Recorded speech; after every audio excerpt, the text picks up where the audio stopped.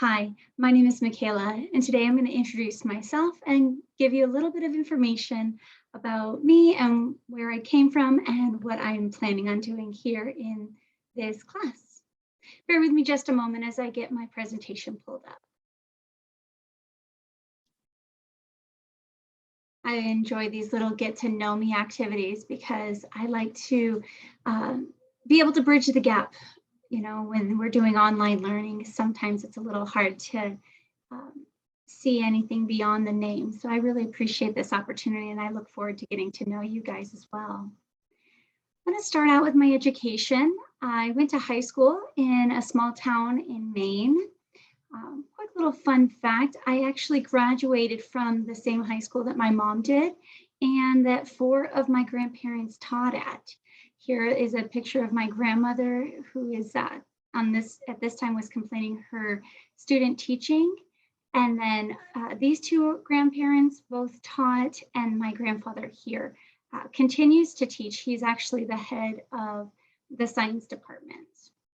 I graduated from high school in 2002 and went to the University of Maine at Fort Kent, which I have a picture here of the small town. It's a very small town that's actually just half of the town. It's between two rivers up at the northern part of Maine. And I graduated with a bachelor's degree in behavioral science with a minor in biology. I graduated in 2006. And now I'm currently getting my master's in education and my special ed credentials. I anticipate graduating in June of 2023.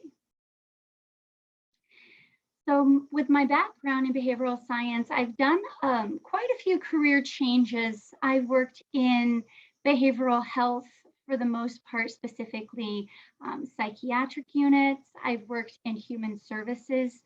I did an internship with case management.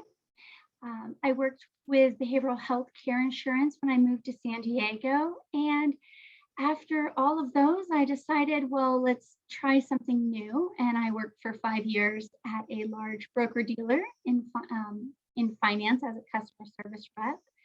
But it didn't work out for me. I couldn't find something that I was really, truly passionate about until I moved to a elementary school in 2018 to work as a paraprofessional with the special ed department. I've been working with 5th and 6th graders since then, and I really love it.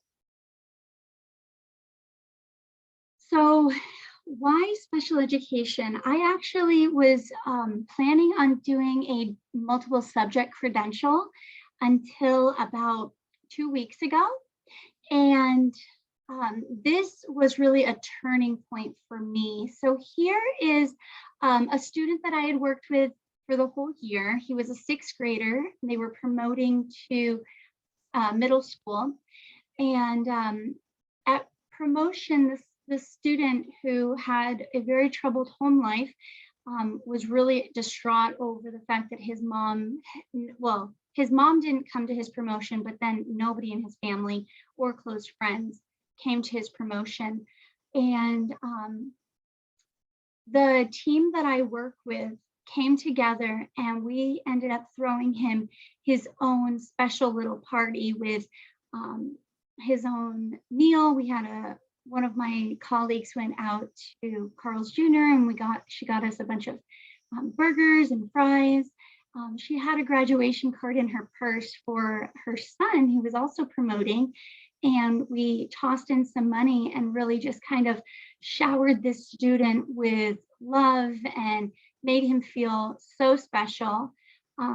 Unfortunately, his general education teacher was not appreciative of this and pulled him out in the middle of his celebration. And that was a real turning point for me because the following day, the director of special ed came and took interviews to find out what happened and why the student was with us and then why he was suddenly removed from us. And the level of support that I feel that my team showed each other and then the department head showed us was amazing. I mean, this is a student who comes to school for the sole purpose of eating. It's been a very challenging year for this one student, and he really just comes to school to get love. And I want to be able to continue to provide that level of of care and compassion for my students. And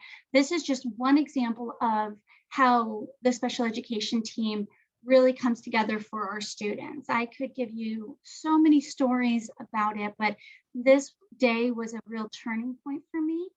Um, and I realized that although I thought I wanted to be a general education teacher, I realized it was more that I'm just scared of all the steps that it takes to be a good special education teacher. And I realized that I was up for the challenge.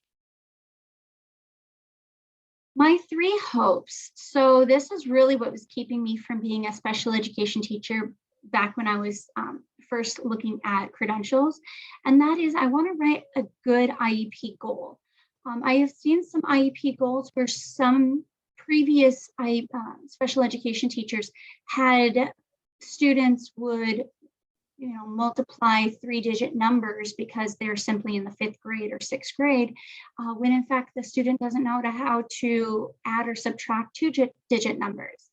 So I want to be able to write amazing IEP goals for my students.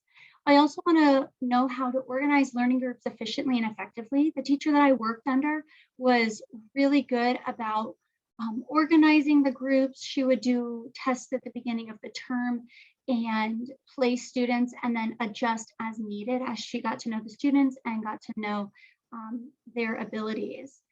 And another thing I want to learn in this class is how to collect the right kind of data for students' goals. When I was doing my paraprofessional work, there wasn't a lot of requirement for me to score the tests or score writing material. It was all considered data. But what I don't understand is how to transfer the data I take to something that is meaningful and applicable to the students' IEP goals. So there's a little bit of gaps in my understanding that I'd like